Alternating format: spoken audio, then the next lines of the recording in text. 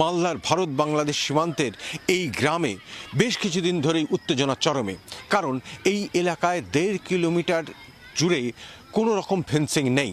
সীমান্তে সেই কাঁটাতার দেওয়ার যখন উদ্যোগ নেয় বিএসএফ, অভিযোগ বিজেপির বিরুদ্ধে তারা নাকি বাধা দেয়। শুধু তাই নয়, বিজেপির বিরুদ্ধে অভিযোগ বহু বাংলাদেশিকে, বিশেষ করে দুষ্কৃতীদের এপারে প্রবেশ করানোর, এবং তারা নিয়মিতভাবে লুটপাট চালাতে থাকে বলে অভিযোগ। বাধ্য হয়ে গ্রামবাসীরাই প্রতিরোধ করতে নামে এবং বিশেষ করে এই দৃষ্টান্তমূলক প্রচেষ্টা দেখা যায় এই গ্রামে, যে মহিলারা সংঘবদ্ধ হয় এবং মহিলারাই বটি, লাঠি, হাঁসুয়া, দা ইত্যাদি নিয়ে প্রতিরোধ করার চেষ্টা করে। একই সাথে এই সুখদেবপুর সহ আশেপাশের কয়েকটি গ্রামের যুবকরাও মিলিত হয়ে সংঘবদ্ধ হয়ে প্রতিরোধ করার চেষ্টা করে এবং বারবারই কিন্তু হামলা চালানোর অভিযোগ ওঠে বাংলাদেশি দুষ্কৃতীদের বিরুদ্ধে। অভিযোগ তাদেরকে সাহায্য করছে, তাদেরকে প্ররোচনা দিচ্ছে সেই বিজিবি।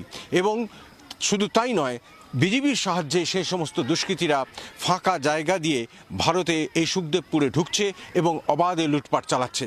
একই রকমভাবে যখন গত রাত থেকেই এই লুটপাট চলতে থাকে, বিশেষ করে ধান, গম, জমির ফসল করে তারা লুট করে নিয়ে যাওয়ার পরে উত্তেজনা চরম ওঠে এবং আজ সকাল থেকেই সেই উত্তেজনা বাড়তে বাড়তে দুপুরে সংঘর্ষের রূপ নিয়ে নেয়।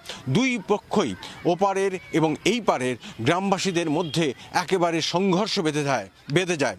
ইতিমধ্যেই বেশ কিছুজন আহত হয়েছে সুখদেবপুরের গ্রামবাসী এবং পাশাপাশি দুজন বিএসএফ জওয়ানও আহত হন। তাদের মধ্যে একজনের অবস্থা বেশ গুরুতর। ওপার থেকে ইঁট ছোড়াতে সেই ইঁটের আঘাতে বিএসএফের জওয়ানের মুখে চোট লেগেছে, কপালে চোট লেগেছে, তাকে হাসপাতালে ভর্তি করানো হয়েছে চিকিৎসার জন্য। অন্যদিকে এই উত্তপ্ত পরিস্থিতি মধ্যেও বিএসএফ কিন্তু খুবই সংযম রেখেছে এবং কখনোই তাদের ধৈর্যের বাঁধ ভেঙে যায়নি।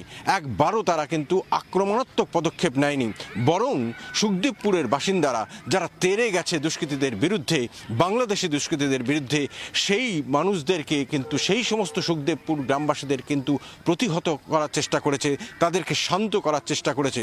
এবং পরিস্থিতি যখন একেবারে হাতছাড়া হয়ে যাচ্ছে তখন বিএসএফ কাঁদানে গ্যাস ছোড়ে, কিন্তু যাতে ছত্রভঙ্গ করার জন্য সেই সমস্ত গ্রামবাসীদের। পরে সেই বিএসএফে কিন্তু যারা আহত হয়েছে তাদের চিকিৎসার ব্যবস্থাও করেছে। তবে সব মিলিয়ে এখন পরিস্থিতি নিয়ন্ত্রণে।